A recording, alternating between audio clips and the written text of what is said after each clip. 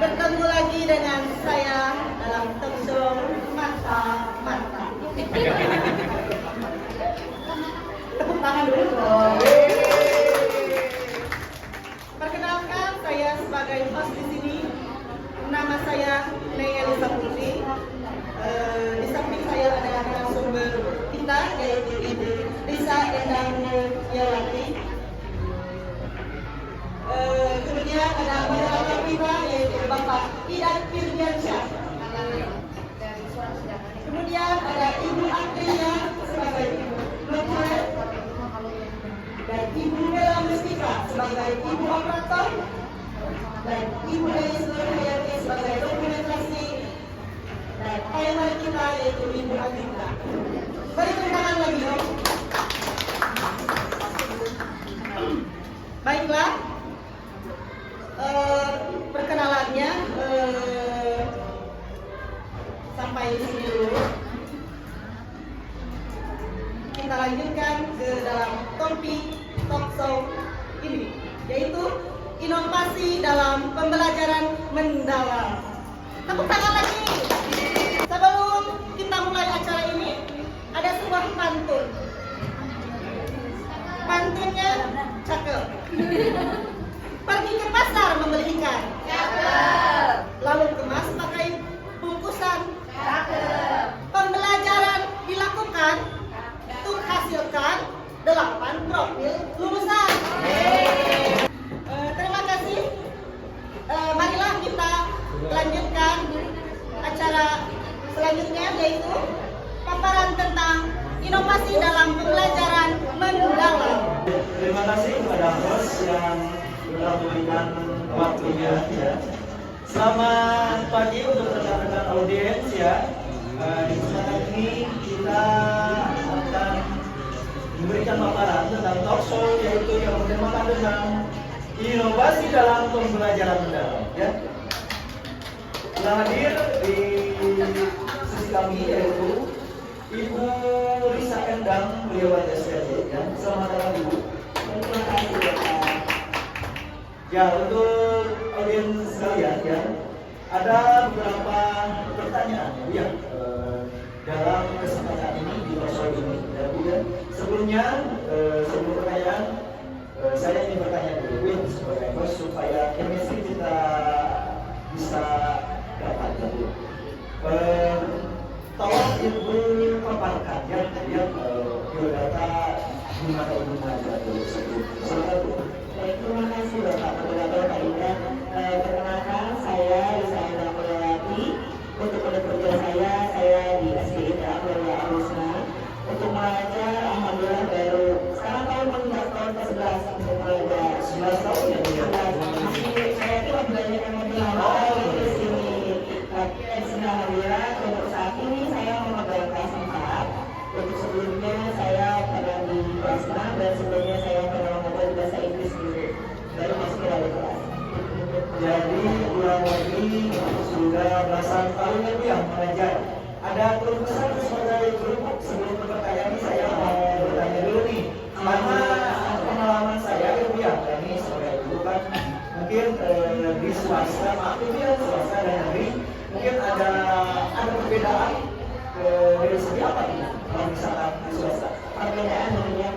Saya kebetulan masuk ke SDIT itu pada awal SDIT baru masuk ke tahun ketiga. Jadi transfer kepada lulusan waktu itu. Jadi pertama kita masih mengalami yang kelasnya masih sedikit, jumlah siswa yang awal itu hanya 9 orang. Yang sampai alhamdulillah saat ini sudah mencapai 380 siswa.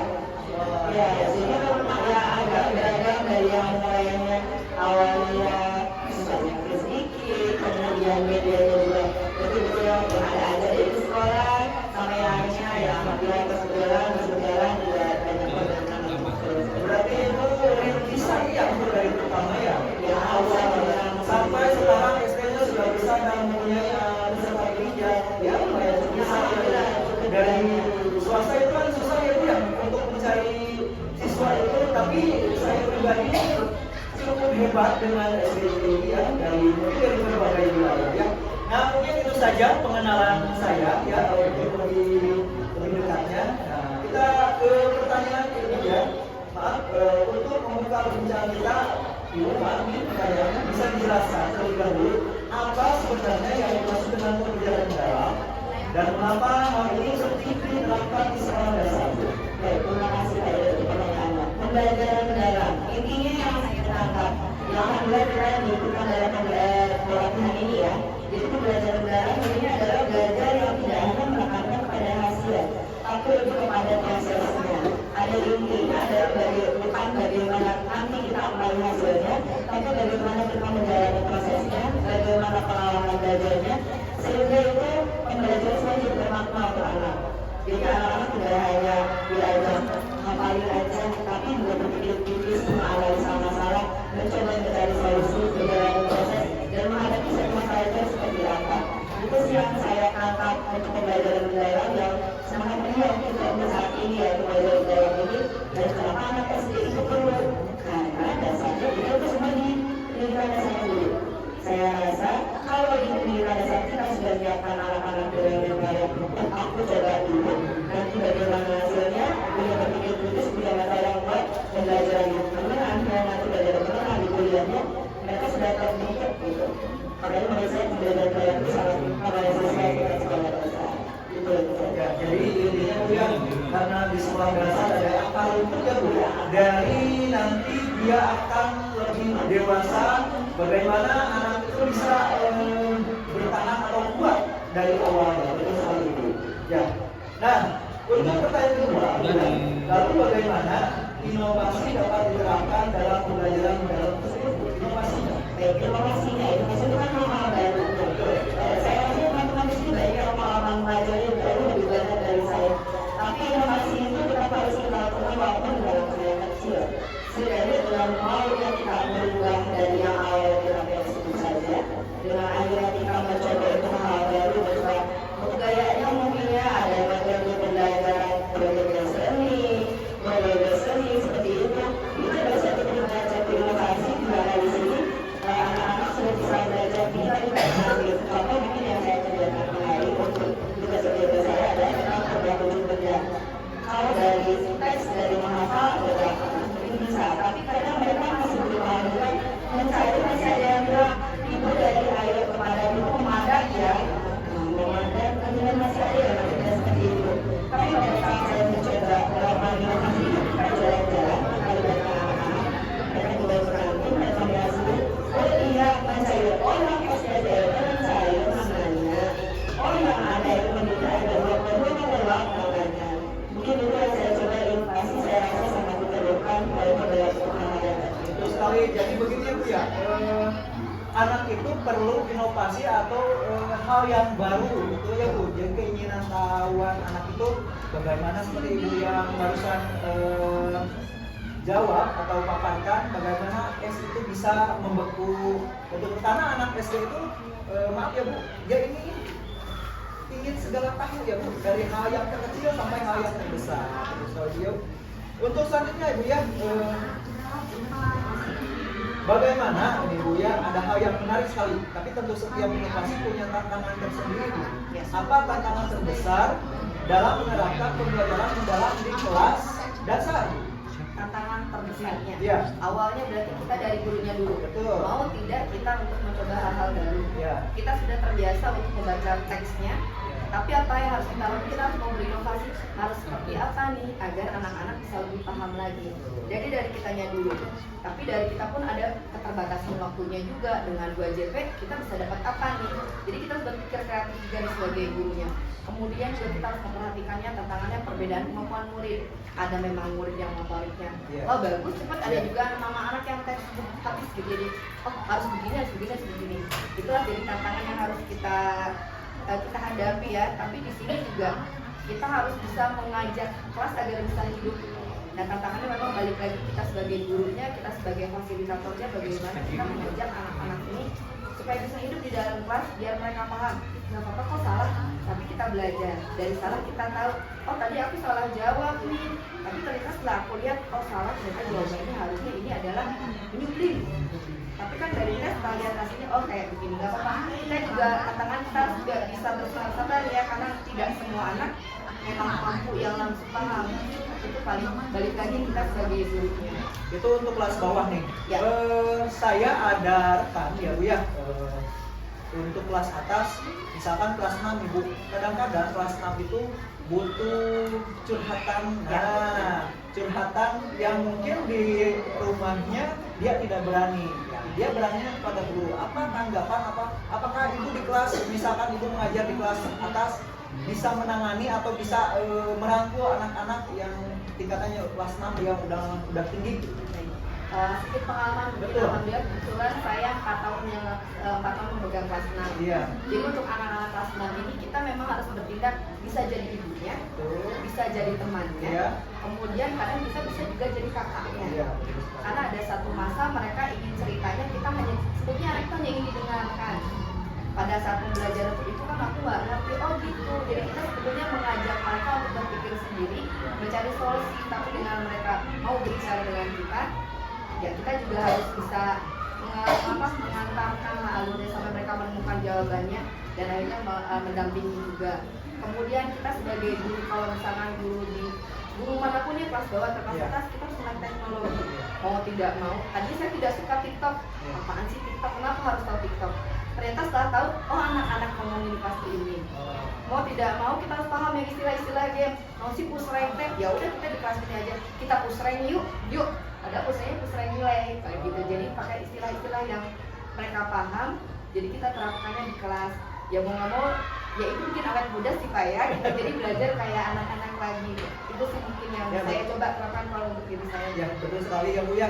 Jadi kesimpulannya ya Bu ya. Jadi guru itu harus bisa mengiringi ya Bu ya. Bagaimana anak harus A, ya kita setidaknya harus bisa A. Anak B harusnya kita bisa B. Terima kasih Bu ya. Terus selanjutnya Bu nih ada pertanyaan lagi nih. Bagaimana ya Bu cara Ibu menilai keberhasilan pembelajaran mendalam yang telah dilakukan?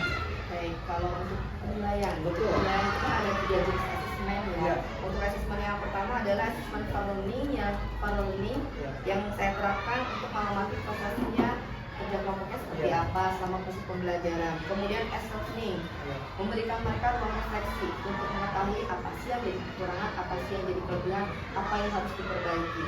Dan yang terakhir adalah assessment of learning, mengevaluasi hasil akhir selain tugas atau presentasi. Tapi selain nilai, kita juga sebagai guru melakukan penilaian tidak lain ya sikapnya, kolaborasinya seperti apa.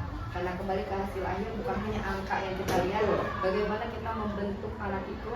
Saya sekarang di kelas 4, saya ingin anak saya pas masuk ke kelas 5 itu, saya tidak akan merepotkan guru kelas 5-nya. Jadi mudah-mudahan mereka nanti sudah bisa lebih siap lagi pasti kelas 5-nya. Kalau itu yang saya terapkan seperti itu mungkin. Ya, saya tangkap nih Bu, betul. Tidak hanya angka ya Bu ya, karena guru itu mungkin angka bisa saja hari ini 8, esok menjadi 9, tapi dengan karakter dan akhlak itu akan menjadi nilai plus, betul ya Bu ya? Yang selanjutnya Bu ya, nih pertanyaan. Apa pesan Ibu sebagai guru ya berani berinovasi dalam pembelajaran mendalam? Baik, untuk berani berinovasi untuk kita sendiri, kita sebagai guru pertama kita mungkin keluar dulu dari zona nyamannya kita seperti apa. Mulai langkah kecil dulu aja, tidak usah terpaku teknologi. Kita harus bisa melakukan game ini, mampu ini di kelas kita dulu aja. Punya game yang kecil, punya permainan yang kecil, interaksi dengan anak, hal kecil itu namanya berinovasi. Jadi pertama dari kita jangan takut dulu, itu dulu mungkin yang saya coba Yang terapkan. penting mencoba ya Bu ya. Mencoba dulu, kemudian yang berikutnya ciptakan lingkungan belajar yang menyenangkan buat anak, buat mereka datang ke kelas itu, pulang ke rumah kita jadi ibunya, kita jadi bapaknya.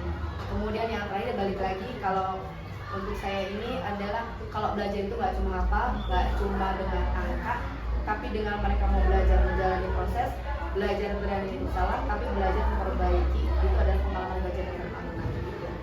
Selanjutnya Bu nih, ada pertanyaan. Bagaimana Bu, pengalaman selama ujian teknik Bu berlangsung?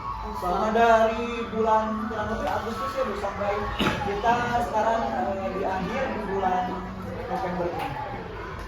Alhamdulillah, terima kasih untuk teman-teman semua memberikan banyak pengalaman. Saya jadi jalan-jalan Pak, jadi tahu SD Margawangi, jadi tahu SD Pangestu, jadi tahu teman-teman yang lain yang baru pertama kali berjumpa, ada yang sudah berapa kali kita ketemu. banyak hal baru, banyak hal pengalaman baru yang tadinya mungkin capeknya cicilan, tapi lama-lama pasti ini temen aku waktu EJT loh, aku belajar dari sekolah ini, aku belajar dari temannya aku ini. Itu sih pengalaman belajar dari saya. Yang terakhir Ibu nih, dari semua pertanyaan, kesan dan harapan ya, Ibu sebagai pendidik apa yang Ibu harapkan sebagai pendidik? Sebagai pendidik, Iya.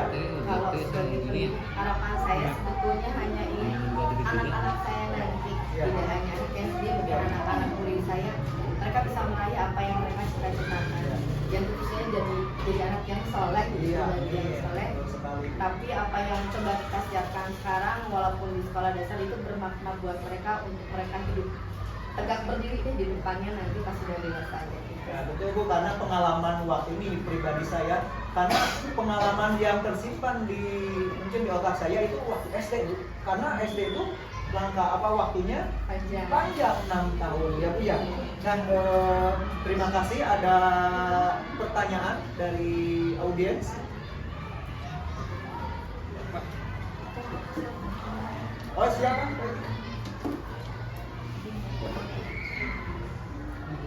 Ya, silakan.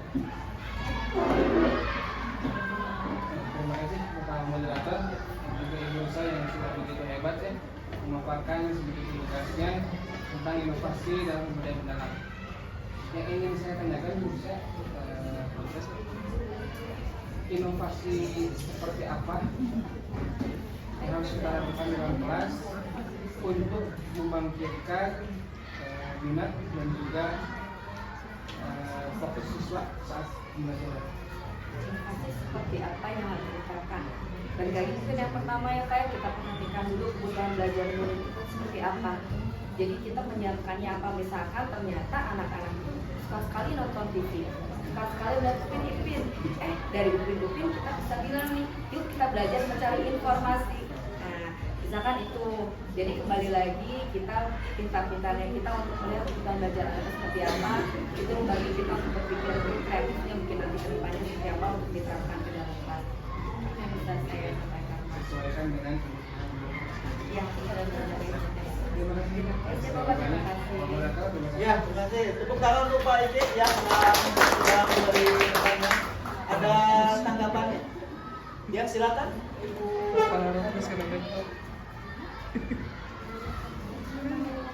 Betul sekali bahwa inovasi pembelajaran itu menjadi pengingat kita bahwa guru bukan hanya menjadi sumber satu-satunya informasi untuk siswa, satu-satunya sumber belajar untuk siswa, tetapi kita sebagai guru menjadi fasilitator yang mengarahkan siswa untuk mengalami pembelajaran yang lebih bermakna. Kemudian dengan terus melakukan inovasi, kita sebagai guru bukan hanya membantu siswa untuk belajar tentang nilai saja, tetapi juga untuk mempersiapkan mereka menghadapi kehidupan selanjutnya. Mungkin cukup sekian dari saya. Ya, terima kasih. Kasih aplaus buat guru nanti ya yang memberikan pembahasannya. Ya, terima kasih banyak kepada Ibu narasumber yang telah memberikan inspirasi kepada kami dari perbincangan ini. Mudah-mudahan apa yang Ibu berikan menjadikan topik atau menjadikan motivasi untuk kita semua. Terima kasih untuk waktunya. Wabillahi taufiq wal hidayah. Assalamualaikum warahmatullahi wabarakatuh. Waalaikumsalam. Terima kasih kepada narasumber dan moderator kita. Baiklah, untuk acara selanjutnya yaitu penutupan. Sebelum ditutup saya akan memberikan sebuah pantun. Jalan-jalan ke pasar bareng janda, pulangnya naik taksi biru. Banyak momen yang kita lalui bersama. Sampai jumpa di lain waktu.